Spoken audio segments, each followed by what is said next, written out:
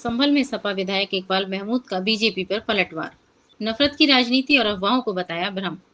संभल सपा विधायक इकबाल महमूद ने अपने आवास पर पत्रकारों से बातचीत में बीजेपी, ओम प्रकाश राजभर, असदुद्दीन ओवैसी और धीरेन्द्र शास्त्री के बयानों पर कड़ा जवाब दिया।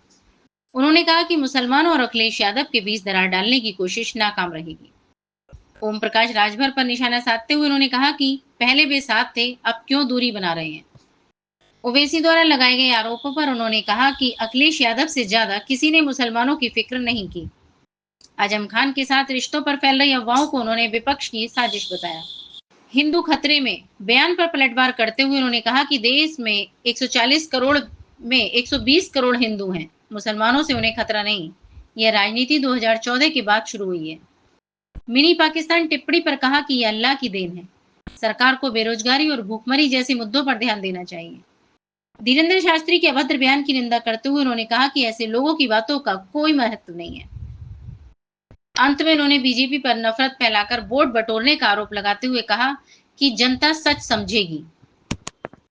बनना है, इस पर आपको क्या कहना है? उनकी बात है और हमको राजभर की, जब वो हमारे साथ थे जब इन्होंने क्या कर लिया, उनकी बातों को कोई गंभीरता से नहीं लेता। ओम प्रकाश राजभर जी का जिस तरह का बयान आता है मुसलमानों को लेकर के, आपको क्या लगता है कहीं ना कहीं वो अखिलेश जी और मुसलमानों के बीच में दूरियां पैदा कर रहे हैं? क्या मानते हैं इसको? ओम प्रकाश राजभर कोई हमारे नेता हैं? ओम प्रकाश राजभर क्या मुसलमानों के पैरवा हैं जो उनको ये फिक्र हो रही है? वे अपनी फिक्र करें, वो आगे को जीतेंगे नहीं जीतेंगे देखने जाकर। लगातार ऑल इंडिया मजलिस इत्तेहादुल मुस्लिमीन के अध्यक्ष असदुद्दीन ओवैसी आरोप लगाते रहे कि मुसलमानों की बात नहीं करते अखिलेश यादव, जब किसी इस तरह के मामले सामने आते हैं। मुसलमानों की बात अखिलेश यादव से ज़्यादा किसी ने की ही नहीं। हम मुस्लिम लीग नहीं है जो सिर्फ एक तरफ की बात करते हैं। हम हर आदमी के दुख दर्द में शरीक, हिंदू हो या मुसलमान हो, सिर्फ कोई ईसाई, हमें सबके साथ चलना है, सबको साथ लेकर चलना है, सबकी परेशानियों को आगे रखना है।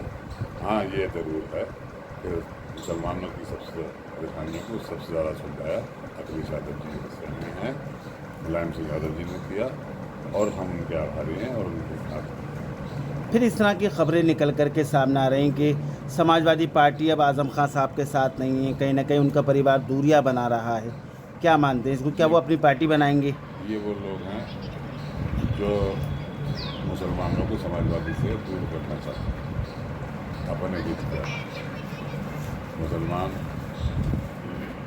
मुलायम सिंह यादव जी को कभी ज़िंदगी में छोड़ नहीं सकते।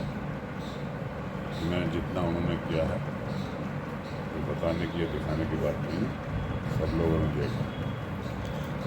आप एक अनुभवी विधायक हैं, क्या लग रहा है, क्या मोह भंग है आज़म साहब के परिवार का अखिलेश जी से? कोई मोह भंग नहीं है। आप उससे क्यों पूछ रहे हैं? ये बात तो उनके परिवार के लोग से पूछिए, वो कहें कि हमारा मोह भंग है उनसे। उन्होंने कभी शिकायत की है? उनके परिवार की किसी ने की है? तो भाई उनका लड़का है, उनकी बीवी है, दोनों माशाल्लाह समाजवादी पार्टी से एमएलए और एमपी रहे हैं। कभी उन्होंने ये कहा कि मुलायम अखिलेश यादव जी ने हमारी बात नहीं सुनी?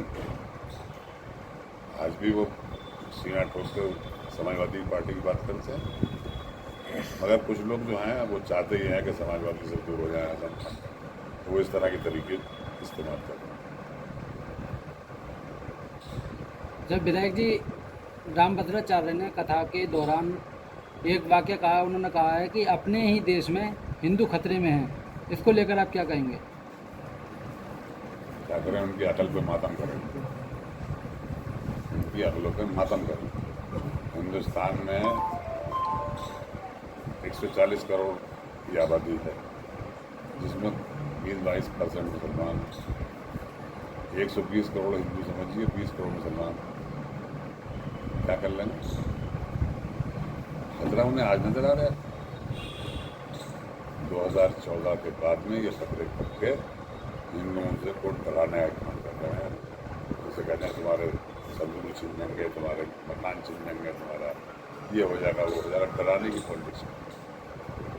2014 से कभी ऐसी बात नहीं। हिंदुस्तान को आज़ाद हुआ, हिंदुस्तान को आज़ाद हुई 70 में कोई परेशानी नहीं आई। जब से बीजेपी की सरकार आई है तो हिंदू राष्ट्र बनाने की बात करते हैं। वो हिंदुओं से ये कह रहे हैं कि तुम्हारे को खतरा, वो कह रहे हैं हमारा हिंदुओं को खतरा मुसलमानों से। वहीं उनका एक हमेशा बयान मुसलमान और हिंदू यहाँ पर देख रहे हैं। अब ये डरा कर उन्हें और हमें बांटना चाह रहा है।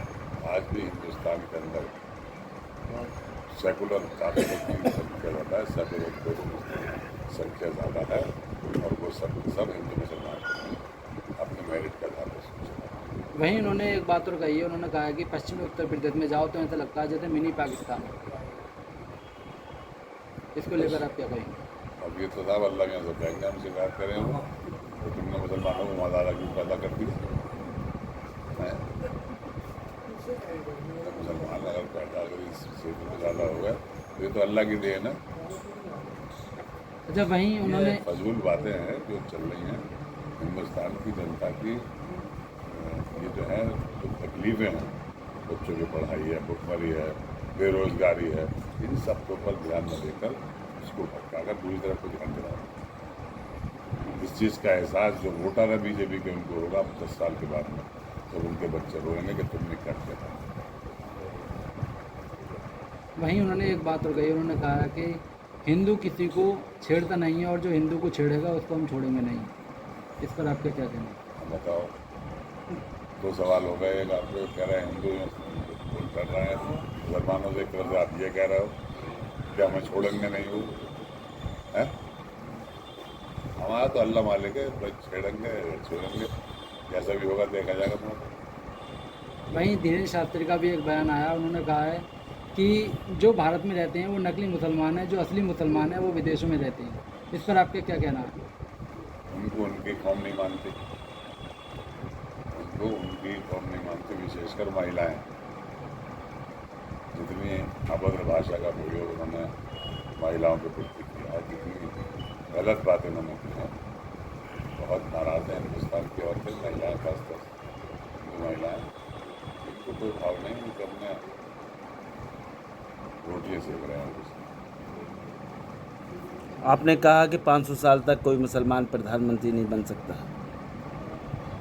हिंदुस्तान की मैंने बताया ना कि हिंदुस्तान की जनसंख्या 140 करोड़ है।